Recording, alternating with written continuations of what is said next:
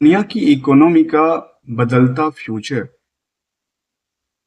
जो अभी तक अमेरिका थी वो अब अमेरिका नहीं बल्कि जो एशिया के कई सारे देश हैं वहां पे देखने को मिल सकता है। ये आज के समय की बात मैं बिल्कुल नहीं कह रहा हूँ, ये फ्यूचर की बात कह रहा हूँ क्योंकि ये मैंने कोई डेटा नहीं बनाई है। कुछ ऑब्जर्वेशंस हैं और उस ऑब्जर्वेशन के बेसिस पे जो कुछ खबर छपी खास करके बिजनेस स्टैंडर्ड में उसको आज हम समझने की कोशिश करते हैं। अमेरिकी एक मल्टीनेशनल बैंकिंग सेक्टर की कंपनी है, बैंक है, जो खास करके अपनी फ्यूचर डिसाइड करती है अपनी प्रोजेक्शंस प्लान को लेकर के। और उसके एक रिपोर्ट के मुताबिक उन्होंने अपनी जो बिजनेस था उसको एक तरह से बिजनेस एम्पायर को अमेरिका में जो लगातार बढ़ रही थी और उसको वो शिफ्ट करने की कोशिश कर रही है एशिया की तरफ। एशिया को बनाने की भी उम्मीद की जाती है। एक खबर छपी सिटी बैंक के लिए खास करके बिजनेस स्टैंडर्ड में, तो मैं आज उसी को जरा समझने की कोशिश करेंगे और आपके साथ भी रखेंगे। नमस्कार, मैं हूं प्रभात।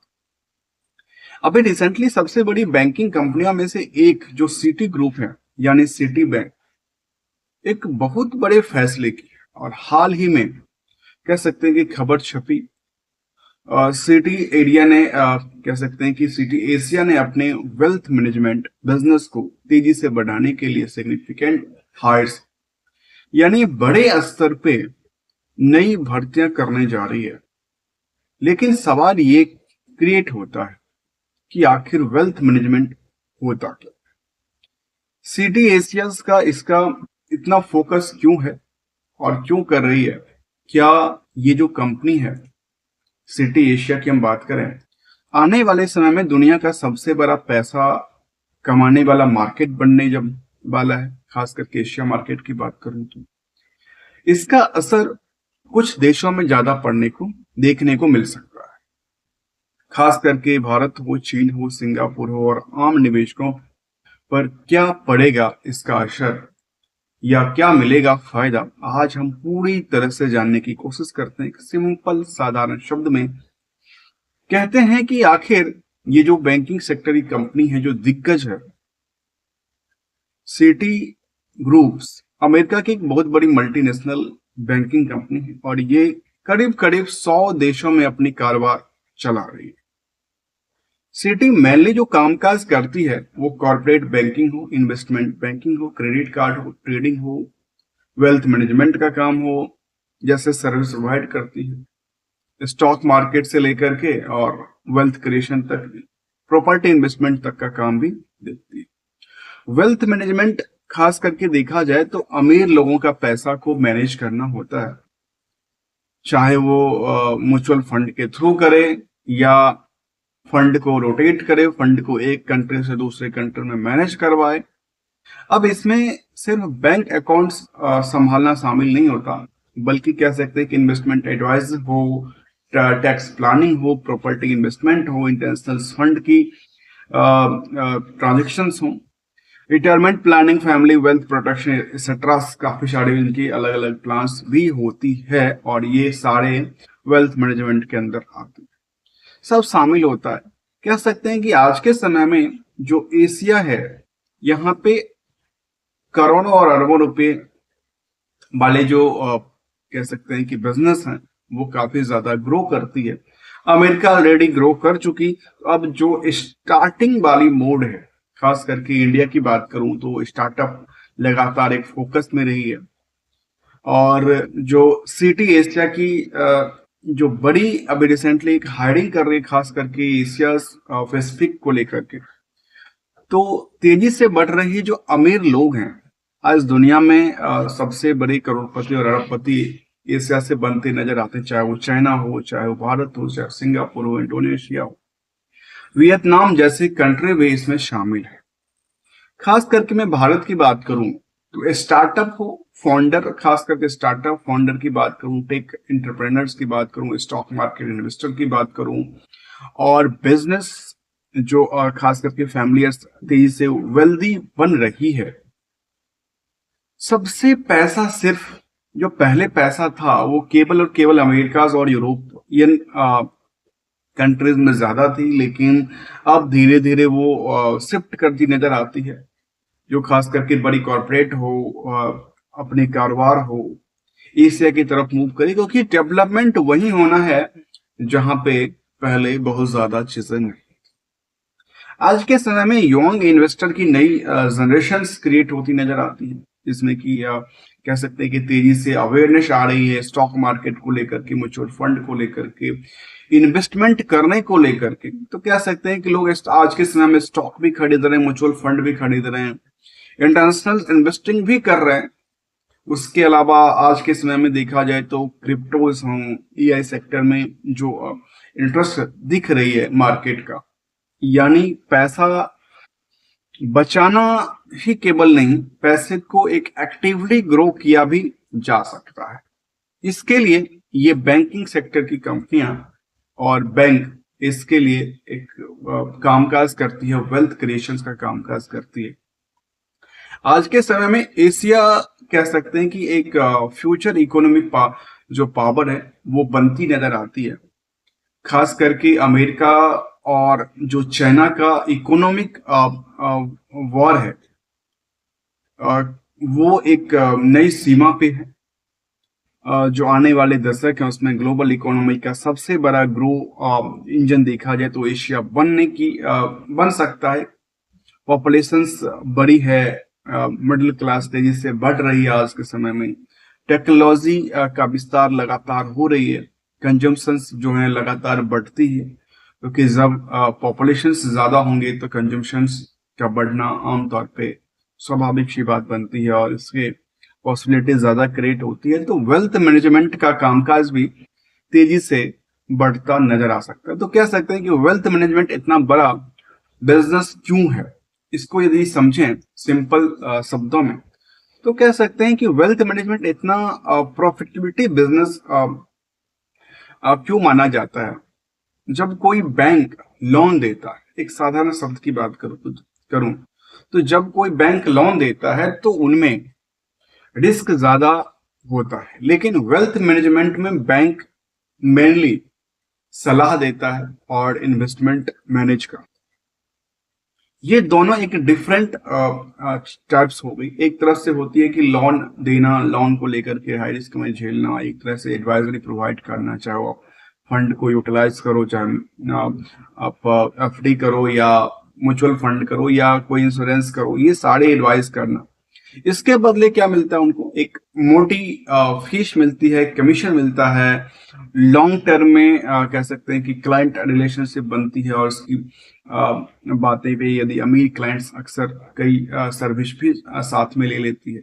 ये कहा जाता है कि उनका यदि बैंकिंग लोन है, बिजनेस लोन है, तो वो इंटरनेशनल फंड भी लेती है, वो ट्रांजेक्शन कराने के लिए भी लेती है, इन्वेस्टमेंट एडवाइजरी का काम भी हो, चाहे फैमिली ऑफिस सर्विसेज का काम। इसी तरह से बैंक को केवल स्टेबल इनकम मिलनी चालू हो जाता है। तो उसको कह सकते हैं कि वेल्थ मैनेजमेंट जो है वो इस तरह से काम करती है। इसी वजह से दुनिया की लगभग हर बड़ी जो बैंक्स हैं वो या इस तरह के जो सेक्टर हैं वो फोकस करती है कि उनका काम चलता रहे, जिसमें कि बड़ी जो बैंकिंग सेक्टर की कंपनी हो, जिसमें जेपी मॉर्गन चीज हो, एसएसबीसी हो, यूबी सो मॉर्गन स्टैनली हो, ऐसे जो जो बड़ी एशिया वेल्थ मार्केट्स में कह सकते हैं एग्रीगेट्स भी एक्सपेंड करती हुई नजर आती है। और खास करके सिटी बैंक की आज हम बात कर रहे थे, तो सिटी बैंक का फोकस जो है वो अभी रिसेंटली उसने काफी सारे जॉब्स अपॉर्चुनिटी लेके आई थी, जबकि हाई लेवल फाइनेंशियल प्रोफेशनल्स की डिमांड लगातार बढ़ेगी इस ग्रुप्स को लेकर के, वेल्थ एडवाइजरी को लेकर के, इन्वेस्टमेंट बैंकर्स को लेकर के, रिलेशनशिप मैनेजर्स हो, फाइनेंशियल एनालिस्ट हो, प्राइवेट बैंकर्स हो, रिस्क एक्सपर्ट हो, एआई एंड डेटा, जो आजकल डेटा साइंस की बात किया जाता है, डेटा स्पेशलिस्ट की बात किया जाता है, वो भी इसमें कवर हो सकती है। अब क्लाइंट पर्सनलाइज की बात किया जाए तो उसमें काफी सारी चीजें आज, और जो सबसे अहम सवाल है कि हमारे देश को, भारत को इसमें क्या फायदा हो सकता है। देखिए, भारत एक उभरती हुई अर्थव्यवस्था है, इसको नकारा नहीं जा सकता। भारत पर इसका जो असर है ये वो ये पड़ेगा कि दुनिया के अंदर जो फास्टेस्ट ग्रोइंग मेजर्स इकोनॉमी है उसमें खास करके स्टार्टअप की बात किया जाए, इकोसिस्टम को लेकर जो तेजी से बढ़ती हुई है, स्टॉक मार्केट जहां पैसे दिन दुगुनी रात चौगुनी इंक्रीज होती है, कई बार डिक्रीज होती है, यानी हाई नेट वर्थ जो इंडिविजुअल्स हैं उनकी भी संख्या लगातार बढ़ रही है। ग्लोबल बैंक हो जो कि भारत की तरफ लगातार फोकस कर रही है, फ्यूचर गोल्ड माइन की तरफ दिख रही है, जिसमें भारत को कई सारे फायदे इसकी उम्मीद किया जाता है, जिसमें कि हाई पेइंग जॉब्स हो सकता है और फाइनेंस सेक्टर में अच्छी सैलरीज वाली जॉब बढ़ सकती है आने वाले समय में। इंटरनेशनल इन्वेस्टमेंट एक्सेस, और भारतीय इन्वेस्टर को ग्लोबल जो इन्वेस्टर्स इन्वेस्टमेंट प्रोडक्ट हैं उस तक पहुंच मिल पाएगी।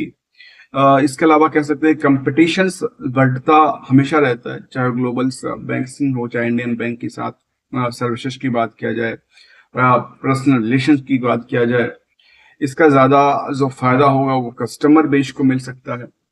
थोड़ा सा रिस्क भी है, कह सकते हैं कि हर कहानी का कुछ ना कुछ अलग पहलू भी होता है, कुछ रिस्क फैक्टर भी इन्वॉल्व होता है। इकोनॉमी स्लो डाउन यदि होती है इनकेस, जैसे रिसेंटली अभी जो वर्ल्ड वार की सिचुएशंस क्रिएट होती लगातार नजर आती है, चाहे वो यूएस हो, चाहे रसिया हो, चाहे यूक्रेन वाली सिचुएशंस हो, चाहे अभी रिसेंटली जो लगातार ईरान इराक वाली सिचुएशंस बनती नजर आती है। जो ग्लोबल रिसेशंस हैं वो आते हैं तो एक जो स्लो डाउन होगा खास करके इकोनॉमी का, उसमें काफी ज्यादा असर पड़ सकता है। इन्वेस्टर्स जो स्पेंडिंग्स हैं वो इन्वेस्टिंग कम हो सकती है। जो पॉलिटिकल इन्वेस्ट जो कि टेंशंस हैं, खास करके चाइना यूएस टेंशन की बात हम कर रहे थे, मिडिल ईस्ट इशू की बात कर रहे थे, ट्रेड वार जो लगातार एक कंट्री टू दूसरे कंट्री में चल रही है, ये सब फाइनेंशियल मार्केट को प्रभावित कर सकता है आने वाले समय में। जहां मार्केट जो स्टॉक मार्केट है वो लिटिज के साथ काम कर सकती है और लगातार काम कर भी रही है।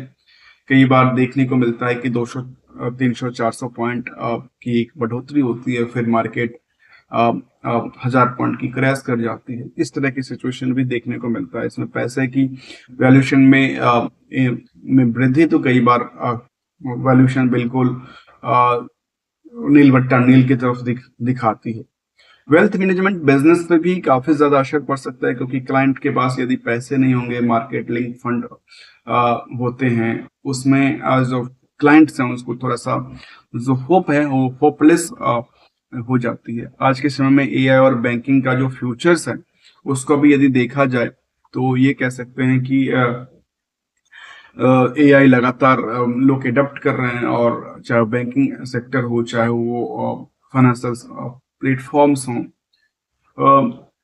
रिस्क डिटेक्टेड हो रही है। लेकिन आज भी कह सकते हैं कि इतनी बड़ी एआई आने के बावजूद भी आज भी फ्रॉड लगातार बढ़ रही है, खास करके बैंकिंग सेक्टर हो, डिजिटल फ्रॉड हो, ये बढ़ रही है। इस पे अभी भी रोकथाम नहीं लग पाई है, और जिस हिसाब से एआई का डेवलपमेंट हुआ है उस हिसाब से फ्रॉड की भी चांस ज्यादा बनती नजर आती है। मतलब दोनों कंसिक्वेंसेस देखने को मिलता है।